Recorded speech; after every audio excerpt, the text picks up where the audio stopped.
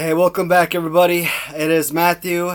This is Watty's channel, and we are working on the fourth installment of the LJN review portion.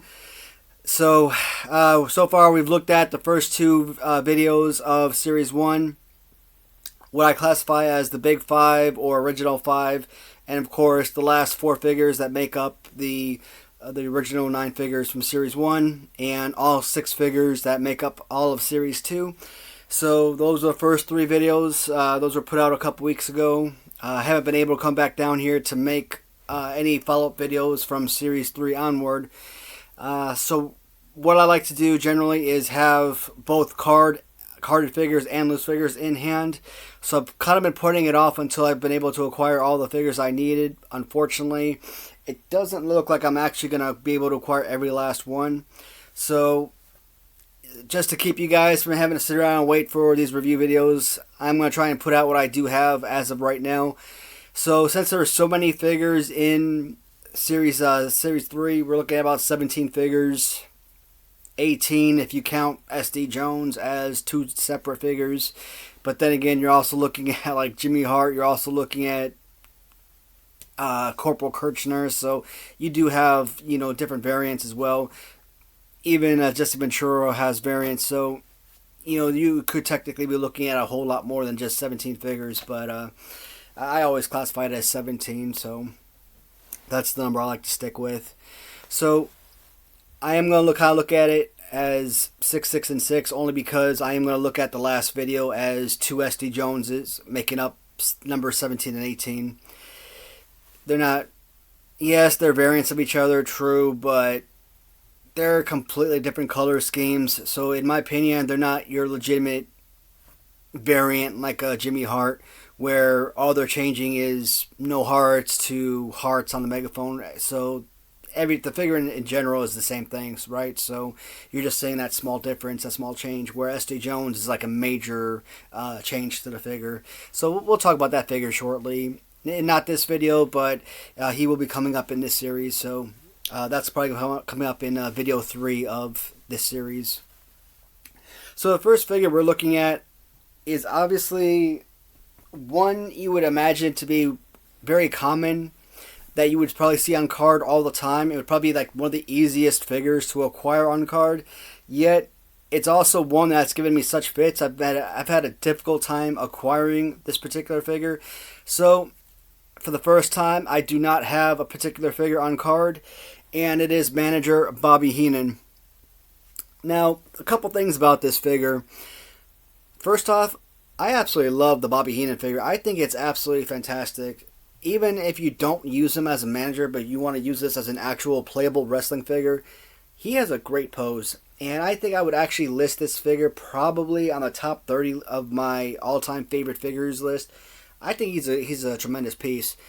So Bobby Heenan himself, the figure itself has a couple different variants. Again, you're going to hear that word frequently in Series 3. So one that's very common that pretty much everybody's going to own is what they refer to as scrolls on the shoulders. And then you're going to have a variant where there's, no scrolls on the shoulder. So right now on eBay, there is an auction for a Bobby Heenan figure. Right now it's over $100. I am willing to pay up to about $300 on this figure on card.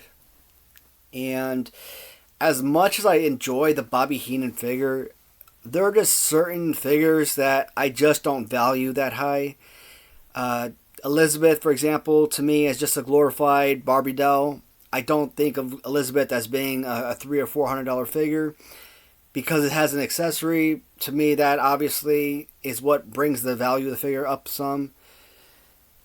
Who else do I not think of? Jesse Ventura, Paul Orndorff. These are just a couple of characters I don't think of as being that valuable. So when you hear $300-$400 on these figures, you just gotta shake your head and just kind of turn away because you're not willing to pay up for that type of figure. I love this figure to death, but I just don't value it as a $300, $400, $500 figure.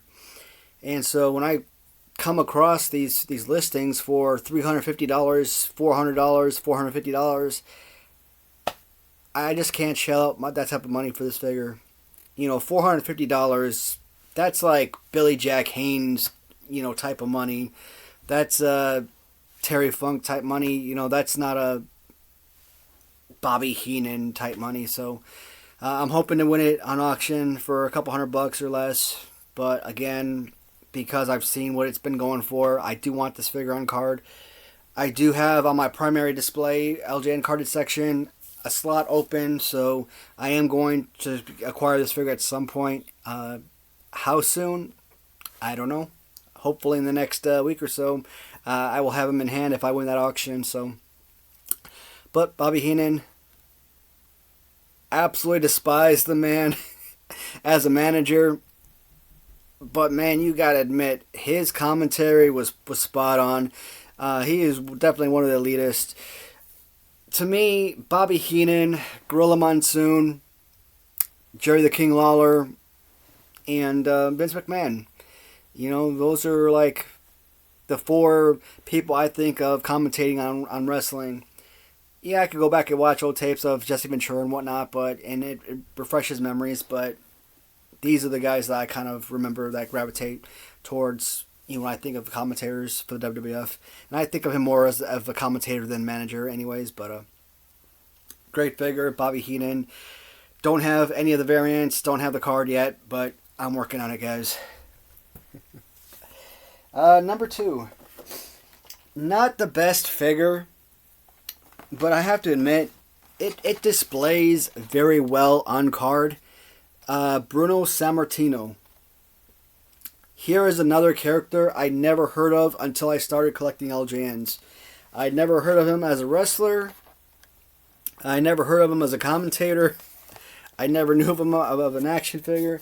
But he's like a lot of your Series 2 Galoob figures, and even some of your Series 1 Galoob. They did the same thing. A lot of your figures produce these stances where they're kind of hunched over and their feet are spread apart. I don't know why some of the figures are built like that. It kind of takes away from the overall playability of the figure. Again, to me, San Martino, he's kind of like Orndorff. Not in love with either figure, but on card, they display so well and look so good that, to me, it's like not necessarily a top commodity item for me, but it definitely is one that I definitely gravitate towards. It's one of those things that your eyes just zooms in on immediately. It's like a King Kong Bundy for me. You immediately gravitate towards that particular card because the figure just looks so good with the card backing. So, San Martino, again, stance-wise, even the arm positioning, it's down low. It's like your Ric Flair or Rick Steiner from Galoob. Those figures I always said were like 4 out of 10, 5 out of 10 max. They were adequate for play when I was a kid. They weren't exactly the most fun to use, but they were something. They weren't Ron Simmons, so technically any figure could have been exceptional when you make that comparison. But he's like, to me, LJN wise, I think of him in terms of Junkyard Dog. Junkyard Dog, I think, is an absolutely amazing fighting pose, but for whatever reason, because of the way that he slouches, just holding the figure and trying to wrestle with that, it just, the grip of the figure, it just feels very awkward, and it just doesn't give you that really fun playability. And again, just, aesthetically, from a fighting point of view, this would be one of your more elite figures, I would say. Maybe not your top 10 or top 20, but this should be a top 30 at least playable figure. And, maybe if you're a kid, or if I wanted to sit down and have me a couple matches right now, have me a Royal Rumble or something, maybe I'd have him in for a few minutes doing some damage, but not anyone that I would, seriously consider to be like a champion, or someone that would be like a major competitor, major eliminator in my Rumble or anything like that, I don't know. Again, when I look at this, I just kind of, my first thought is Dustin Rhodes from Series 2 of Galoob. Thinking about all of those UK exclusives, Jimmy Garvin being another one. A lot of those figures that are hunched over with their legs spread apart, hands spread apart. The poses, they're not the worst in the world. They could be better. Considering some of the figures that LJN came out with, I mean, it's definitely a serviceable figure. It's big, it's bulky, it's a playable figure. It is what it is. Not my favorite, but again, it's serviceable. I'll just leave it at that. So, I keep buying a lot of these green Iron Sheik belts. And occasionally, when I buy the belts, well, not occasionally, a lot of the time, I don't always like getting the same plates. Like if I get a black belt, purple belt, etc., brown belt, you don't always have black belt with gold plates, or green belt with gold plates. Sometimes I'll get a gold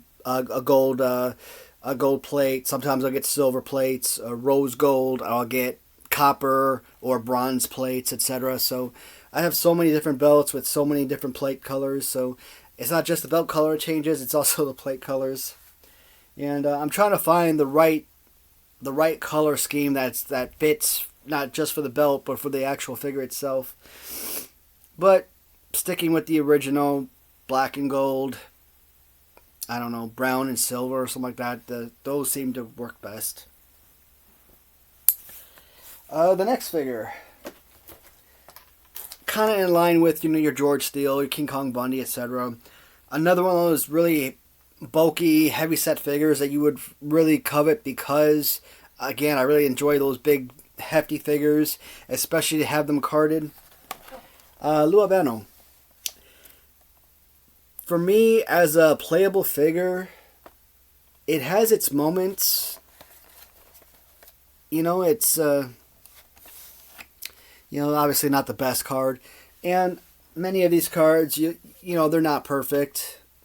A good chunk of the cards that I get, I say it all the time. It's not about having the most mint card you could ever find.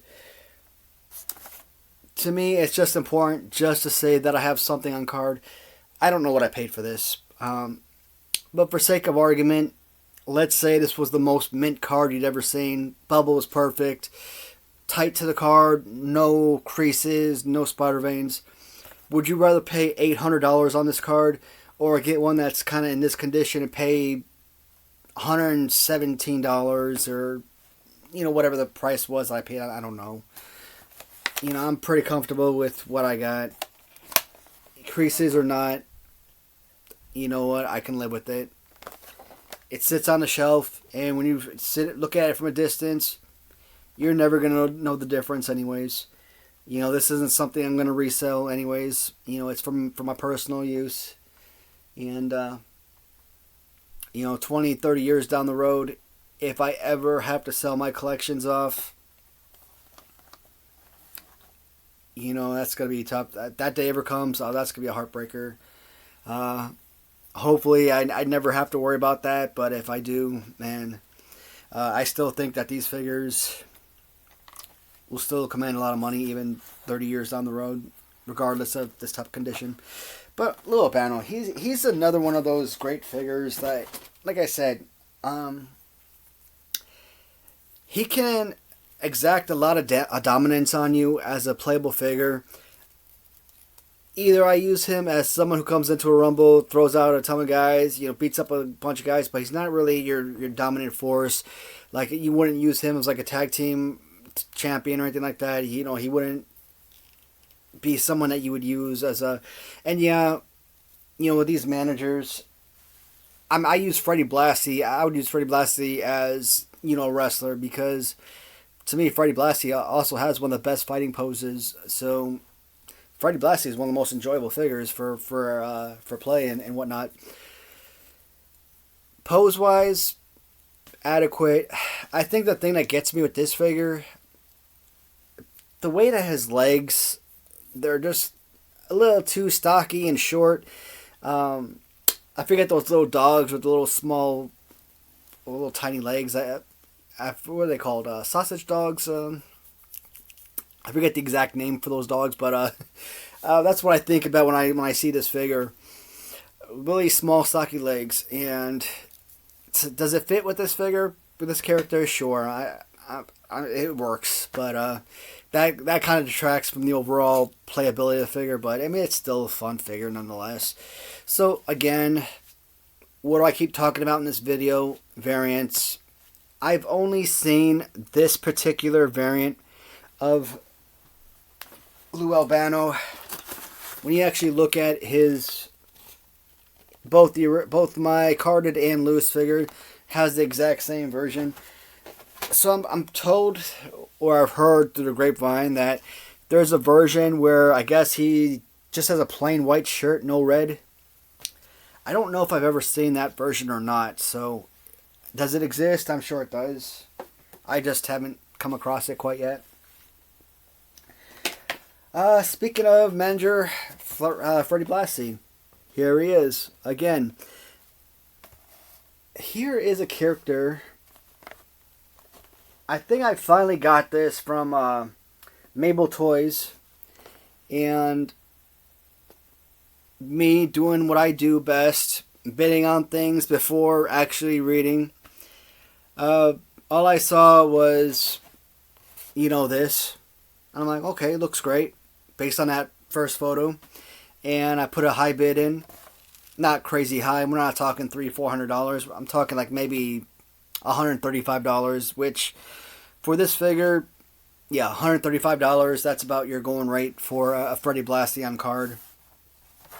It wasn't until afterwards I realized, when I actually went back and looked at the photos, that the bubble was actually completely off and everything. And he shows it in his photos with the bubble removed, and photographs of them all separated and taken together.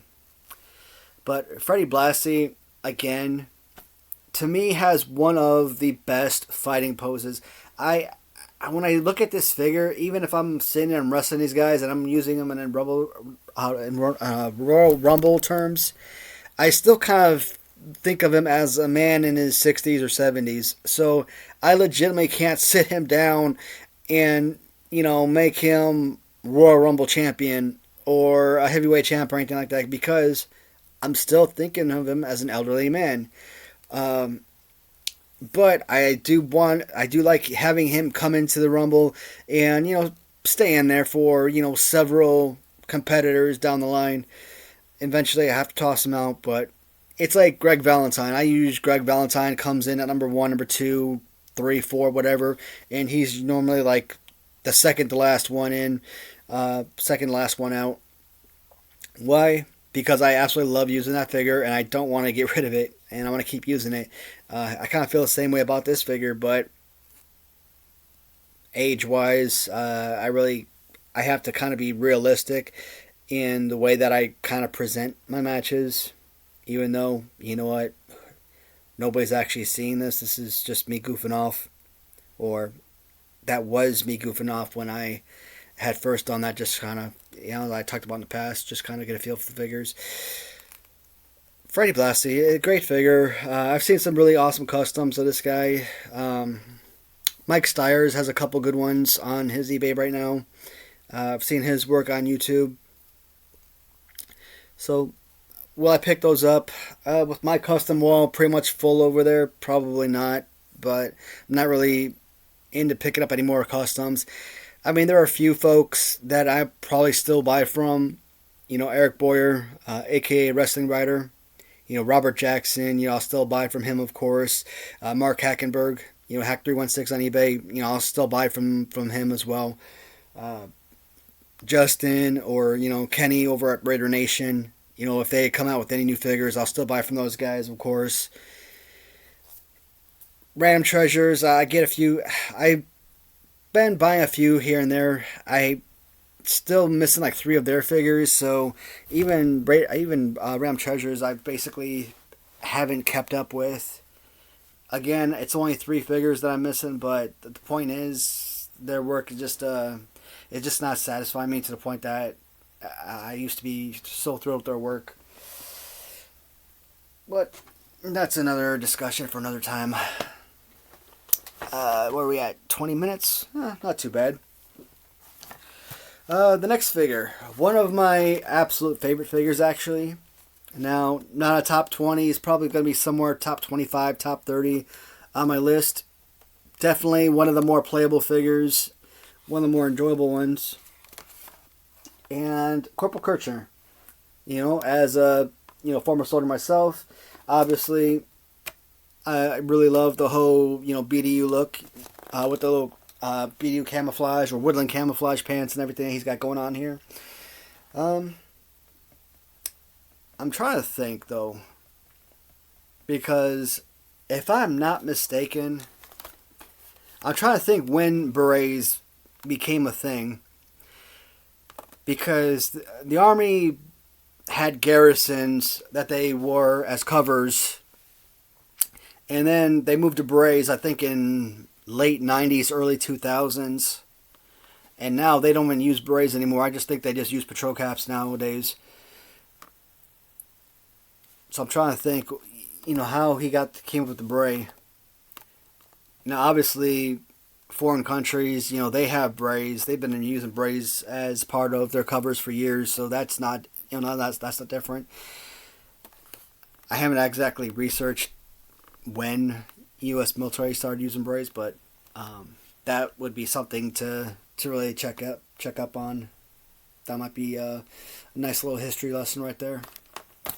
But Corporal Kirchner, absolute tremendous figure. Now this is one of two figures, in my opinion, that have a legitimate, or three if you count SD Jones as a legitimate variant. Because of the pure change of the SD Jones, I don't know if I classify it as a variant. I just classify them as just two completely different versions. Like Series 5 Hulk Hogan, do you classify white shirt and red shirt as a variant? No, I classify them as two completely different figures. So, really, I don't look at SD Jones as a variant. I look at Jimmy Hart as a variant, and I look at Corporal Kirchner as a variant. So, the most prominent one, the most obvious version is the clean-shaven, aka babyface version, whatever you want to call it, that you'll find. This figure nowadays probably will sell for $10 on eBay. I mean, not a whole lot of money will go for this figure. But you also get, now more than likely you are not going to be able to tell a difference, but the one on the right here has what they call a stubble version. So you can actually see like these little markings around his face, cheeks, and mustache. It's stubble. He's shaved, but it's your 5 o'clock shadow, whatever you want to call it. It's not the clean baby face version that you have here. So you got your clean shaven, you got your stubble version. And then you come out with your rarest and most expensive version, which is the full beard. So you're looking at a $10 figure with the stubble, depending on condition, $20, maybe $30. Again, condition and who you're buying it from plays a huge role. And then you've got the most important variant, the most important figure, potentially, of the entire line, which is the bearded Corporal Kirchner. Now, the original Corporal Kirchner with beard, even loose, you're probably looking at a few $100s on card. I remember seeing that on card once, and I bid up to like $500, which at that time was like ludicrous for me. I had no intention on shelling out $500, but I just bid up to see, if I could win it. I checked my eBay the next day, and that thing was over $1,000. I thought it was going to go for a lot of money. I had no clue it would sell for that. If I recall correctly, I think a few days later, when that auction finally ended, I think it actually sold for either $2,000 or $3,000. And I can't remember if that's the same auction where it was that figure and another figure, or if it was just that one by itself. But either way, you're looking at $2,000 or $3,000 on card, and I'm like, no, absolutely ridiculous. I mean, right now I'm not paying that for a black card Series 6 figure. So nowadays, knowing what that would go for, I just might have to. But that also means I've got to start putting a lot of money away every paycheck to kind of afford something like that. But your Corporal Kirchner's one more time. Not really much of a change. Now they say there's something in the lettering on the pants, like a stubble and non-stubble gives you like an A on the back, and there's a B on the back of the bearded version or something to that effect. They just go too in depth, just too much information. So the last figure for this video is going to feature a pretty beat up card.